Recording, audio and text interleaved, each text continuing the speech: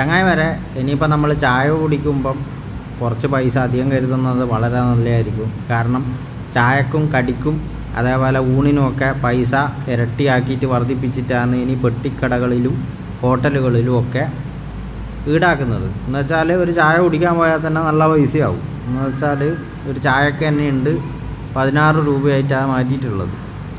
വളരെ നമ്മളെ ചായയും അതേപോലെ തന്നെ കടിയും കഴിക്കാൻ നമ്മളെ ദൂരത്തോളം പോയിട്ടൊക്കെ ഒരു വൈബ് അടിച്ചിട്ട് കഴിക്കുന്നവരുണ്ട്. നമ്മൾ യാത്ര ചെയ്ത ഒരു പെട്ടിക്കട കണ്ടാൽ നിർത്തുന്നത് വളരെ എന്താ പറയണ്ട ഒരു പ്രത്യേക സുഖമാണ്. അവിടുന്ന് യാത്ര ചെയ്യുന്നതിൻ്റെ ഇടയ്ക്ക് ചായ കുടി എന്നൊക്കെ പറഞ്ഞാൽ ഈ യുദ്ധം കാരണം എന്ന് പറഞ്ഞാൽ ഇപ്പം അനുഭവിക്കുന്നത് മൊത്തം ഈ പെട്ടിക്കടക്കാരും ഹോട്ടലുകാരുമാണ്. ഇപ്പോൾ നമ്മൾ ഒരു വഴിക്കൂട്ടം പോകുമ്പം ഇപ്പം പൂട്ടിയ സ്ഥലങ്ങൾ എന്ന് പറഞ്ഞാൽ മറ്റുള്ള ഷോപ്പുകളല്ല, അത് പിന്നെയും പ്രവർത്തിക്കുന്നുണ്ട്.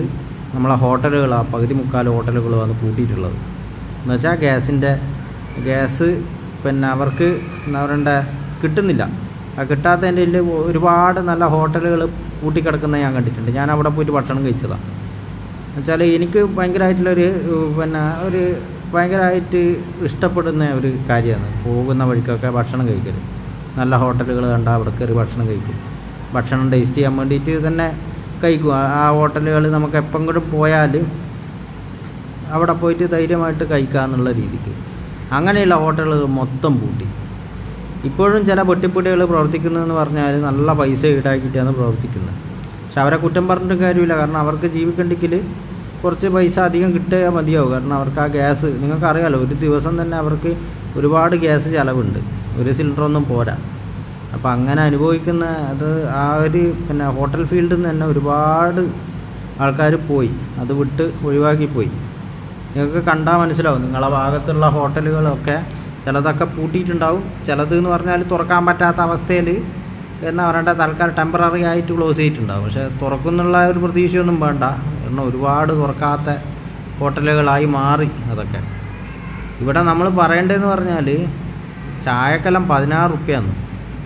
ഇനിയിപ്പോൾ ഒരാൾ ഫ്ലാസ്കിൽ എടുത്തിട്ട് പോകേണ്ട ഒരവസ്ഥയാണ്. ഫ്ലാസ്ക് എടുത്തിട്ട് ചായ കൊണ്ടുപോകേണ്ട ഒരവസ്ഥ. കാരണം ഇത്ര വലിയ പൈസക്കൊന്നും ആരും ചായയും കടിയും കഴിക്കാൻ നിൽക്കില്ല.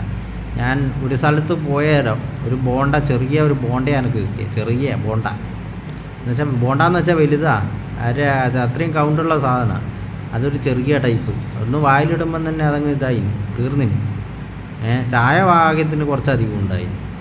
ചിലയിടത്തുനിന്ന് പറഞ്ഞാൽ ചായ പകുതി ചായ അതിനാണ് 16 റുപ്യൊക്കെ വെച്ചിട്ട് ചിലർ അടിച്ച് വാങ്ങുന്നത് അവസ്ഥ.